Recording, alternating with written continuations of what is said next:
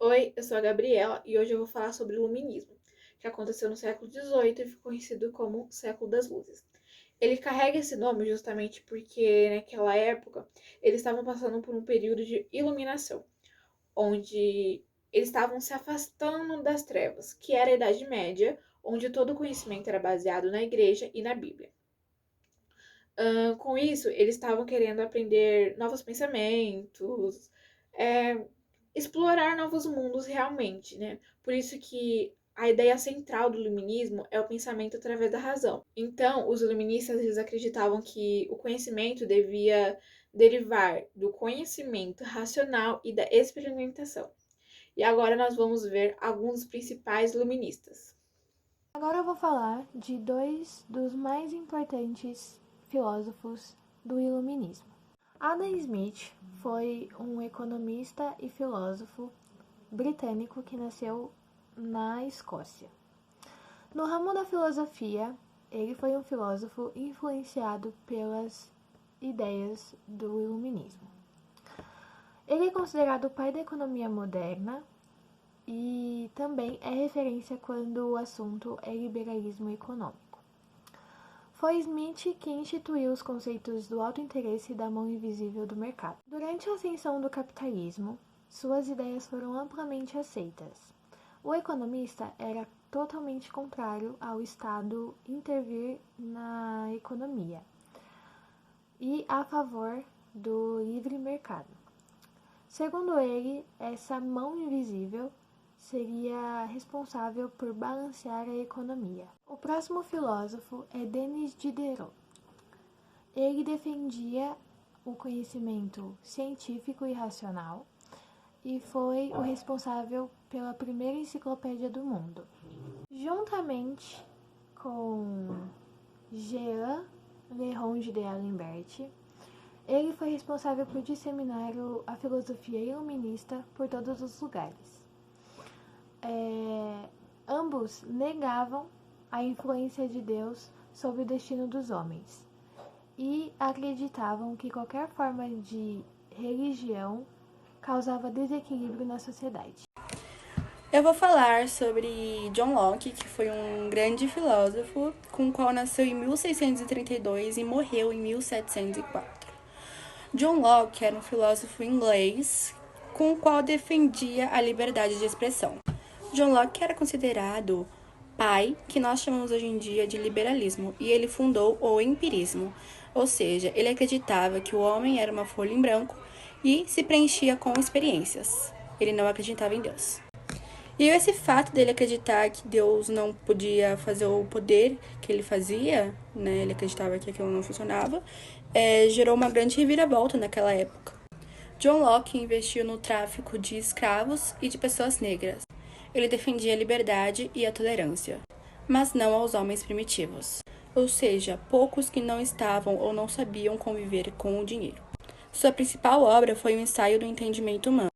O próximo filósofo que eu vou falar é sobre o Jean-Jacques Rousseau, que nasceu em 1712 e morreu em 1778. Rousseau foi um filósofo suíço, com o qual defendia a democracia direta, onde todas as pessoas teriam o direito de participar das decisões políticas, ou seja, prevalecer a soberania popular. Rousseau não acreditava no individualismo, indo contra as teorias do liberalismo. Para Rousseau, com a liberdade, as pessoas não teriam o direito de ter as suas propriedades privadas, e que o bem-estar social só seria possível se a posse de bens acabasse. Ou seja, nada de bens próprios para ninguém. Todo mundo deveria ter as mesmas coisas, ser tratado da mesma forma, ter o mesmo poder. Olá, vou estar fazendo um breve resumo sobre a Revolução Francesa e o Iluminismo, que eles tinham em comum, né? E falar um pouco sobre a situação política daquela época. Então vamos lá. O movimento iluminista ele veio no século XVII na França com a Revolução Francesa e esse movimento ele abriu uma série de brechas no antigo regime.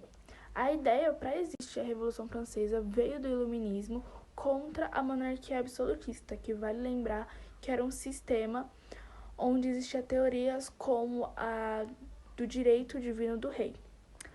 Agora vamos estar falando um pouco sobre a questão política daquela época, onde as pessoas não estavam satisfeitas e por isso questionavam muito os poderes dos reis, que foi um modelo implantado na passagem da Idade Média para a Moderna.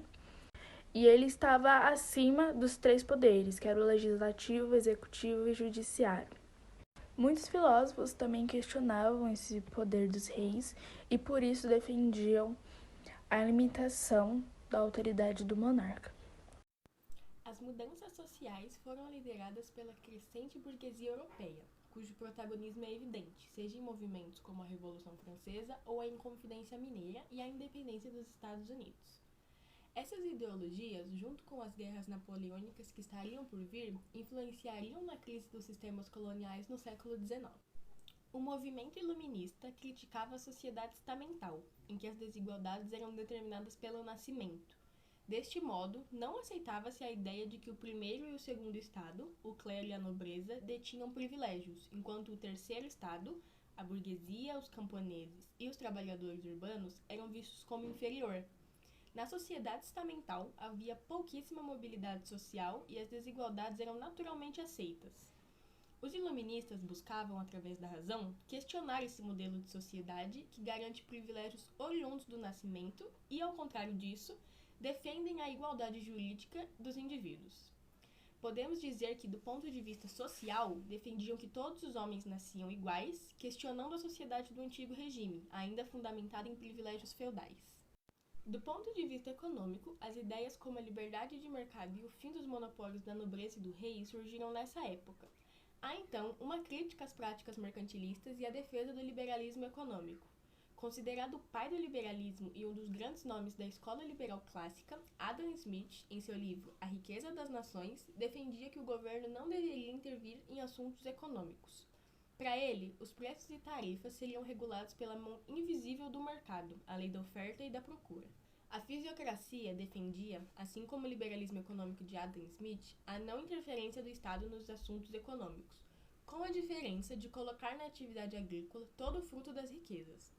Obviamente que em um mundo de desenvolvimento capitalista e industrial, essa ideologia não ganharia a mesma força que as ideias de Adam Smith. Assim, essa ideologia foi sendo considerada obsoleta com o passar dos anos.